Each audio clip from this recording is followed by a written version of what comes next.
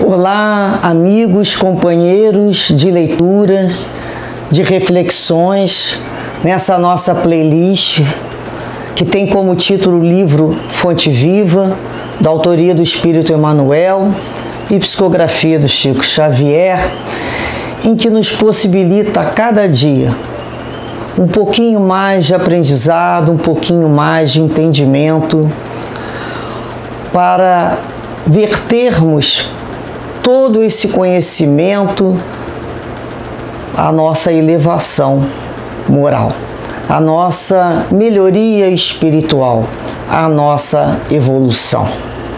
Buscando aqui conteúdos de luz que possamos perceber cada vez mais, com maior discernimento, as leis morais, as leis de Deus. E dessa maneira, agradecemos ao Pai pela bendita oportunidade que nos oferta nesta encarnação o conhecimento da doutrina espírita, que nos propicia infinitos materiais de aperfeiçoamento e de melhoria da pessoa e principalmente do nosso espírito imortal. Com a certeza do amparo divino, do amparo dos amigos e guias espirituais, hoje iremos fazer a leitura da mensagem 74, que tem como título Quando há luz, em que o nobre Emmanuel nos traz aqui o versículo 14 do capítulo 5 da segunda carta aos Coríntios, em que Paulo diz: o amor do Cristo nos constrange. Quando Jesus encontra santuário no coração de um homem, modifica-se-lhe a marcha inteiramente. Não há mais lugar dentro dele para a adoração improdutiva, para a crença sem obras, para a fé inoperante. Algo de definível na terrestre linguagem transtorna-lhe o espírito. Categoriza-o a massa comum por desajustado. Entretanto, o aprendiz do Evangelho, chegando a essa condição, sabe que o trabalhador divino como que lhe ocupa as profundidades do ser. Renova-se-lhe toda a conceituação da existência. O que ontem era prazer, hoje é ídolo quebrado. O que representava a meta a atingir é roteiro errado que ele deixa ao abandono. Torna-se criatura fácil de contentar, mas muito difícil de agradar. A voz do mestre, persuasiva e doce, exorta-o a servir sem descanso.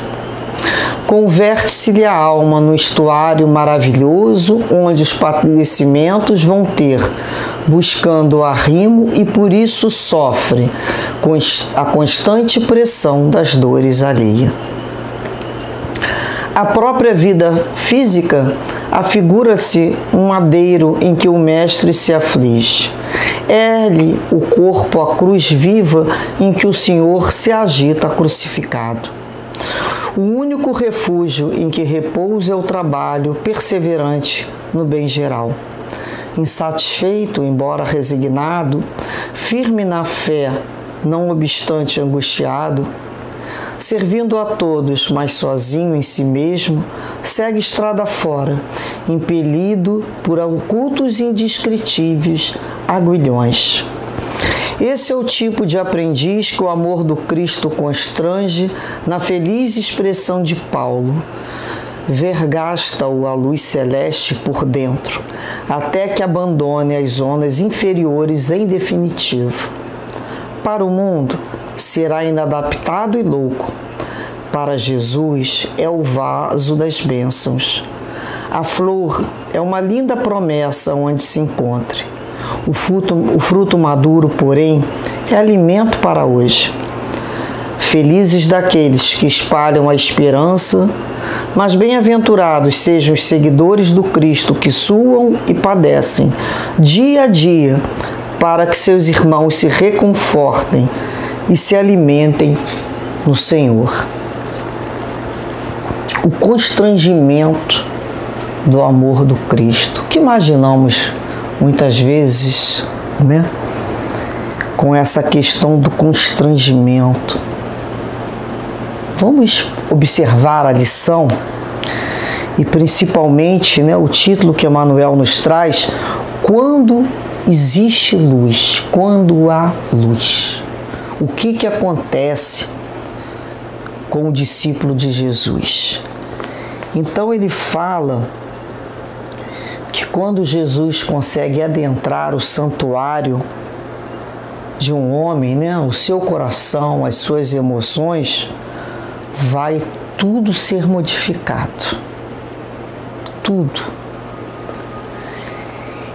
E por isso entendemos cada vez melhor o medo que as criaturas tinham daqueles que buscavam Jesus, que se libertariam. E não entendíamos o quanto que isso poderia representar. Não é buscar Jesus nas palavras apenas, ou nas imagens, quadros, ou numa fala repetitiva. É quando Jesus encontra e pode entrar em nossas vidas. É diferente. É muito diferente quando ele encontra o local. Encontra o coração e as nossas portas abertas para que Jesus penetre. E depois que isso ocorre, ele fala: tudo vai mudar. Aquelas crenças que tínhamos antes, sem obra, aquela fé que antes dizíamos ter em Jesus, mas que nada faziam de bom, que não possuíam nenhuma finalidade de melhoria para si mesmo e para o outro, aquelas adorações, aquelas crenças, tudo isso observávamos que era tão improdutivo, era apenas talvez a parte de um processo de nós nos abeirarmos da questão religiosa, do pensamento religioso. E muitos não conseguem ir além dessa casca, desse processo inicial. Mas nós, quando realmente permitimos a entrada de Jesus dentro da nossa vida, sem o objetivo de nos comportarmos de tal maneira perante um grupo social, mas sim por verdade crescente dentro do nosso coração, nós vamos modificando e vamos abandonando todas essas operações iniciais que já foram utilizadas. Uma obra, no seu início, ela possui escada, possui andaimes.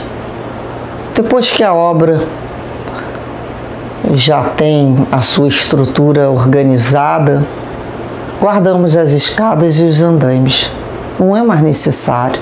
Percebemos o quanto que vamos abandonando certos materiais que eram somente formas de transposição de uma maneira para outra. E ele vai falar aqui, algo indefinível na linguagem vai transformar o espírito. A pessoa não sabe traduzir em vocabulário o que aconteceu, o que acontece dentro dela. Se alguém nos perguntarmos, como você se sente quando você conversa em suas preces com Jesus, com seu guia espiritual? Que emoção é essa? Que não se dá vontade de voltar para as atividades até do dia a dia. Nós precisamos voltar. Que emoção, que sentimento é esse? é indescritível, é indefinível, o vocabulário é pobre, não iria representar. Aí dizemos, fazemos um gesto muitas vezes e abrimos a mão, tipo, desistimos de tentar traduzir. É da alma, é um conhecimento da alma, muito particular. E ele vai falar aqui que quando isso acontece, né, no aprendiz do Evangelho, ele passa a ser categorizado por um desajustado. É uma criatura diferente, porque ele sabe, né, sabe que o trabalhador divino, que é Jesus, ocupa-lhe as profundidades do ser. Então ele não mais vai se ajustar, ele coloca desajustado, porque ele não vai mais se ajustar aos costumes sociais que lhe são permitidos, que são lícitos até, mas que ele não se sente ali pleno. Ele não se encontra mais naquelas situações, porque Jesus ocupa-lhe a profundidade do ser a tal ponto que ele não tem tempo mais de se ocupar com aquelas situações. Depois que Jesus entra dentro de nós, tudo vai ser mudado. Nossas concepções serão mudadas. A nossa conceituação de existência passa a ter um novo significado. Então é quando a gente fala assim, depois que esse momento ocorre, a nossa vida será ressignificada, ou seja, terá uma outra significação, um sentido que antes não tínhamos.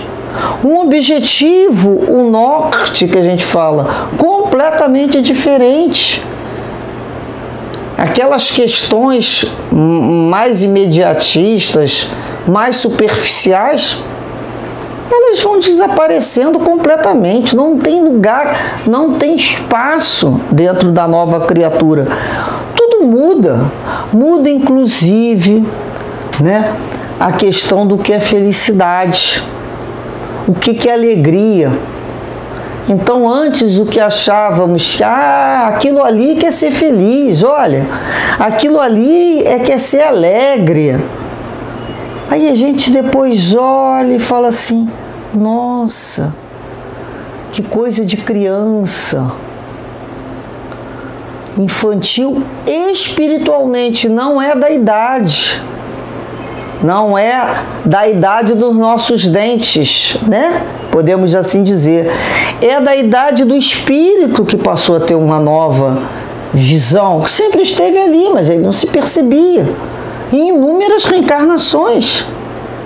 Então ele acorda para o que é mais importante.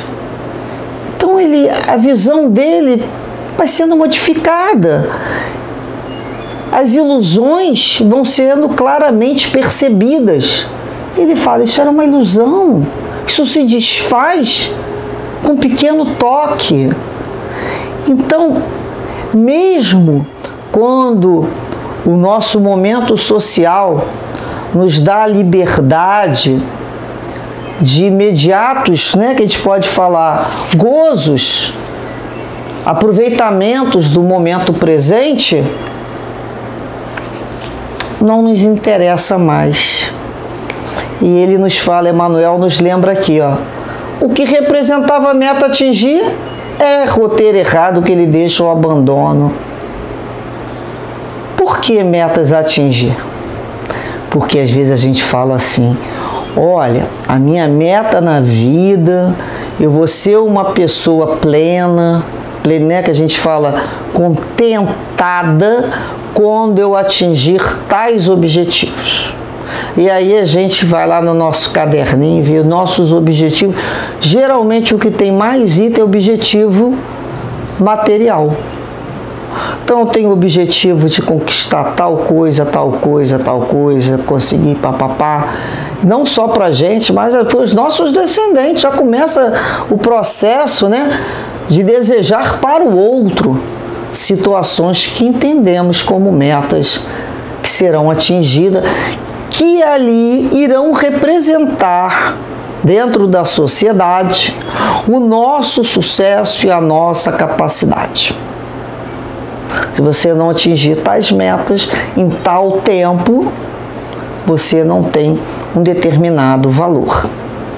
E muitas vezes queremos provar o nosso valor para a sociedade. Queremos demonstrar nossa capacidade nas nossas famílias, onde muitas vezes se vive uma grande competição nesses tipos de valores. Então era assim um roteiro que tínhamos. Primeiro fazer isso, e de repente a gente vai deixar esse roteiro ao abandono, porque sem o orgulho de reconhecer que estávamos iludidos. É o primeiro passo. Olha como é interessante. Quando à luz nós reconhecemos o que é ilusório, o que é perecível, o que é transitório, nós passamos a reconhecer e ter esse discernimento. E não mantemos mais o orgulho de falar, vou continuar aquilo que eu estava fazendo, porque eu devo estar certo.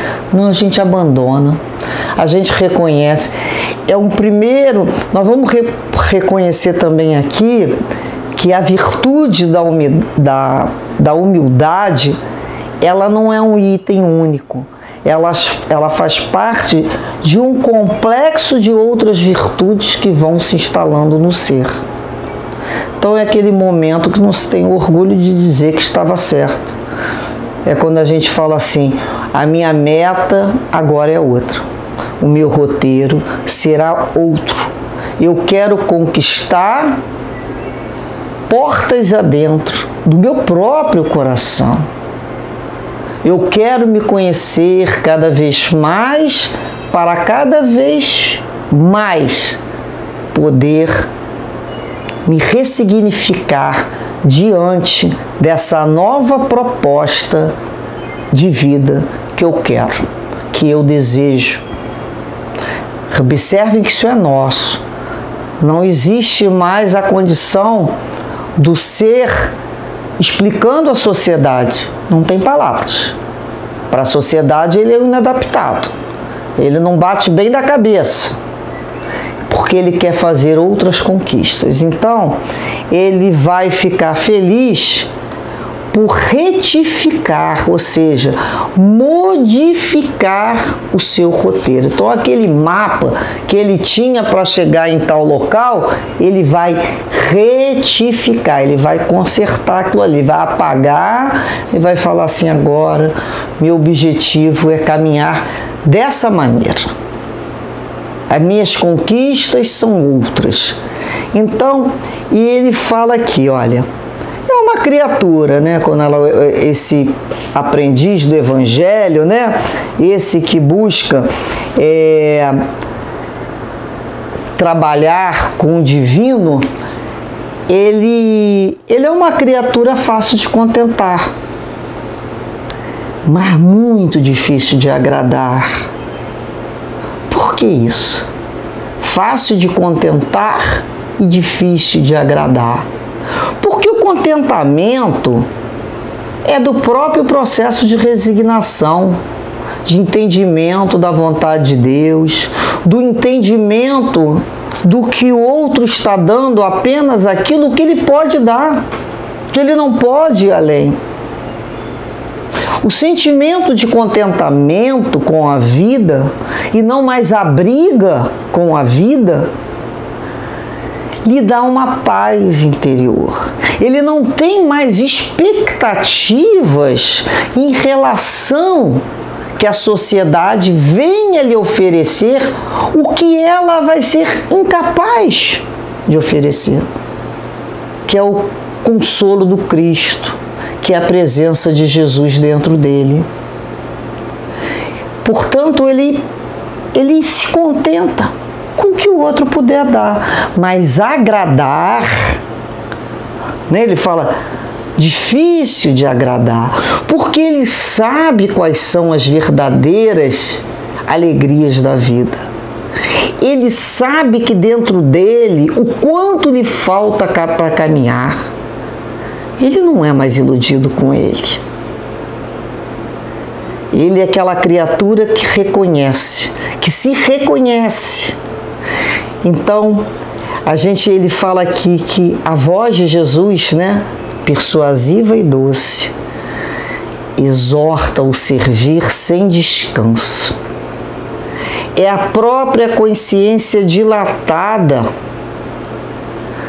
para que cada vez se descubra mais, para que se desabroche cada vez mais, sem medo desse crescimento. Então é aquela voz que o constrange dentro dele. Muitas vezes a criatura quer falar para si mesmo, isso é bobagem, isso é coisa, né? Porque nem fulano falou para mim, isso é coisa da minha cabeça. O mundo é para ser feliz hoje, nada garante o amanhã. Mas lá dentro dele tem uma voz que já é a voz do Mestre Jesus, que nunca mais vai deixar ele descansar, que vai, né, convidá-lo a trabalhar dentro de si sem descanso. Então, ele vai se ocupar da forma que ele vê, da forma que ele ouve, da forma que ele fala, da forma principalmente que pensa e que sente. É o tempo todo. É o tempo todo, aquilo nunca mais irá cessar, porque o modelo está ali. E Jesus está o exortando, convidando para que evolua, para que saia daquela situação de tanta dificuldade que conceituamos inúmeras reencarnações. E ele vai, né, essa alma num estuário maravilhoso. O que é o estuário maravilhoso onde muitos vão buscar rimo? Estuário é aquele lugar em que tudo converge para ele, tudo busca, né? A gente pode falar que é um delta, como se fosse um delta dos rios. Então, as pessoas vão buscá-lo e ele vai sentir a pressão das dores alheias. Aquilo vai machucar ele. Então ele não sofre mais apenas pelas suas dores físicas e morais. Ele não sofre apenas por aqueles que são mais próximos dos laços consanguíneos. O sofrimento dele também muda. Ele vira uma fonte que será buscada. Então a gente vai lembrar, né? Bem-aventurados que têm fome e sede de justiça. Ele passa a sofrer por essa fome e sede de justiça, no sentido das atitudes retas, das atitudes conscientes com a lei de Deus. Ele sofre, né, para que o homem, que o outro que o procura, compreenda a necessidade de modificar as suas atitudes. E a sua própria vida física, né, vira-lhe um madeiro, né? É um sofrimento, é o próprio corpo, a cruz viva em que o Senhor se agita crucificado. É um movimento, é uma constante. E o único momento que se tem de repouso da alma e do pensamento é no trabalho do bem. Quanto mais momentos de trabalho no bem, ele se sentirá maior a união com o outro. Então, ele vai começar a repulsar qualquer atitude, expressão inferior que ainda há nele com essa luz, porque ele vai buscar o trabalho, E nós sabemos que onde há luz, nunca mais existirá trevas. Se nós temos lá um quarto fechado, em total treva, basta ele se abrir uma pequena fresta naquela janela para a luz adentrar e aquilo não é mais trevas. E cada vez mais a luz entra.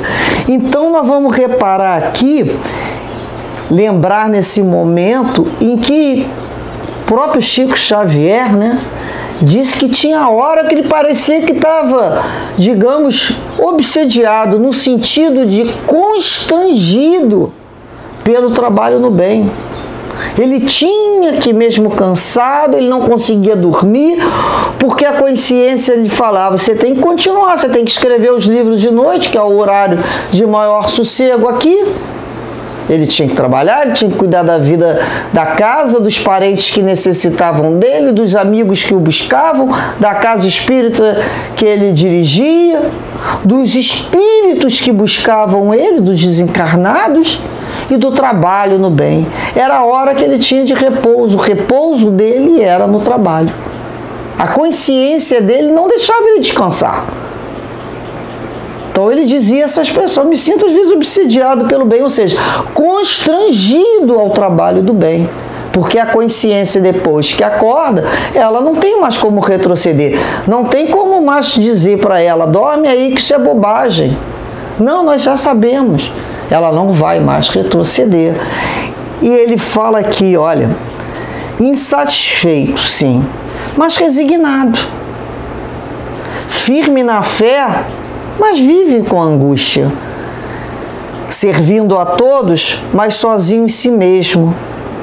Segue estrada fora, impelido por ocultos indescritivos aguilhões. É aquele momento, né, em que ele se vê mais intimamente. Há uma angústia maior? Porque ele se conhece mais. Se conhece mais, se cobra mais, tem discernimento de não ser aquilo que gostaria de ser, tem discernimento que terá inúmeras etapas a percorrer antes de atingir a meta em que ele busca. Ele olha a vivência e a reencarnação no planeta e não se vê muitas vezes integrado, como se não fizesse muito mais parte daquele grupo que já fez, mas modificou-lhe. E é difícil os outros companheiros, né, amigos e parentes, aceitar essa modificação na criatura. É como se quisesse que ela ficasse infantil a vida inteira, para poder ter companhia. É um egoísmo do outro, e que aos poucos, né, vamos fazendo ou vamos nos afastando. Então, o amor celeste vergasta a luz celeste por dentro, né? Por quê? Porque nos rasga. Quando essa luz começa a entrar, a gente começa a se olhar e vai olhando as nossas emoções e a gente fala, nossa, eu sinto isso. Olha só esse meu desejo. Olha só esse meu pensamento. Aí a gente para de se assustar. Temos muito que arregaçar as mangas, tirar essas teias da aranha das ilusões, tirar essas aranhas daí de dentro e vamos nos alindar. Então esse é o primeiro momento, não é para o desespero, mas que vergasta. É como se fossem cortes. Quando a gente olha e se vê, a gente chega a dar uma dor. A gente sente que essa luz, muitas vezes, por isso que ela tem que ser gradual, por isso que a misericórdia divina nos dosa, senão ia nos deixar cego. Uma luz muito incessante, quando olhamos para nós e vemos o que somos, poderíamos desistir. Falar, não. É um abismo de distância.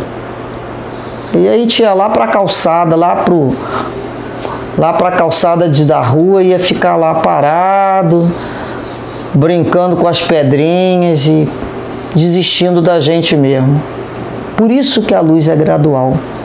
para que a gente vá olhando e aos poucos nós vamos nos transferindo ao momento que observamos essas zonas inferiores, vamos colocando luz e vamos retirando.